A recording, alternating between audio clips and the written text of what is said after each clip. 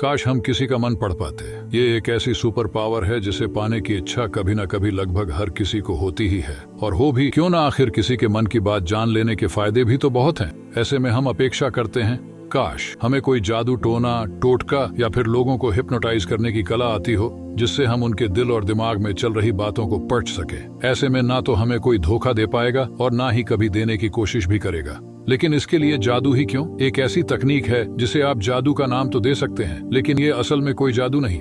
यदि आप ये सीख जाएं तो पलक झपकते ही सामने वाले इंसान के मन में क्या चल रहा है वो जान सकते हैं। ये कला है दूसरे के दिमाग को पढ़ने की। तो इस ट्रिक को सीखने के लिए सबसे पहले तो किसी को अपनी ओर आकर्षित करना पड़ेगा। अब केवल अपनी ओर आकर्षित करने के बाद जरा उसे कंफर्टेबल फील कराएं, यानी कि आपके साथ होते हुए या आपसे बात करते हुए वह हिचकिचाए नहीं, क्योंकि उसकी हिचकिचाहट उसे कुछ और सोचने पर मजबूर कर देगी, जिससे वह सच की बजाय झूठी बातें बनाने पर ध्यान लगा सकता है। आप अपने तरीके से किसी से बात करेंगे तो शायद यह सामने वाले इंसान के दिमाग में उतर भी जाए, लेकिन उसकी समझ की भाषा में बात करने से वह बातें उसके दिल में उतर जाएंगी और वह आप पर विश्वास करने लगेगा। उससे वैसे ही बात करें जैसा कि वह पसंद करता है, लेकिन ध्यान रहे कि उसे इसके पीछे कोई स्वार्थ नजर नहीं आना चाहिए। अब जब वह पूरी तरह से आपको समझने लगा है तो वह काम शुरू कीजिए जो आप जानना चाहते हैं। सीधे कोई सवाल करने से बचें, लेकिन उसे विश्वास दिलाते हुए बात को घुमाते हुए पूछा गया